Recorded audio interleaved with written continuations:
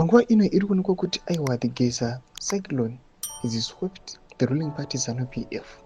Poonekwa kunzi pane mashoko akasiyana-siyana ari kungofamba achitaurwa pamusoro pe Zimbabwe Defense Forces. Sanapena mashoko obuya nyugwa pana pona kumaikozwa aiwa vanozikanwa the intelligence unit aiwa vachibvisa mamwe angava manyepo ari kufamba achitenderera vachiisa vanhu avo pachokwadi ndobva subscribe like turn the bell icon.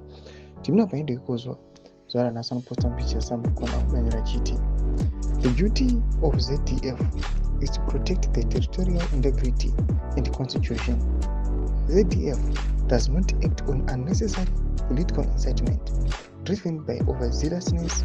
It's a professional organization with its own intel system. It's illegal to push a false narrative about ZDF with the motive to cause unnecessary alarm. Tomashkwana mudachoko pena kuna hukumana vikozwa vachiti ava panguva inoi aiwa ZDF vasara chete kungoprotecta territorial integrity neconstitution.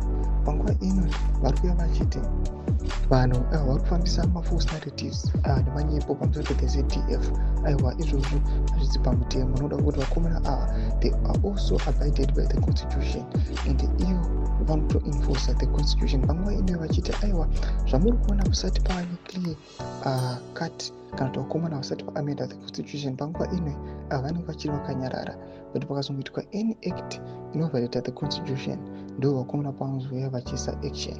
Mashoko ari kuonekwa panguva inoi vanhu vachiona kuti the Geza effect ichirova nyika yeZimbabwe. Nyika yose panguva inoi yangotarisira kuda kuona kuti zvii zvichaitika. Imbotidze mafunguro enyu uri kudi pamusoro pe-this update inoenwa kunoikozwa pinda kumesection medu semafunguro enyu. So subscribe or like turn the bell icon.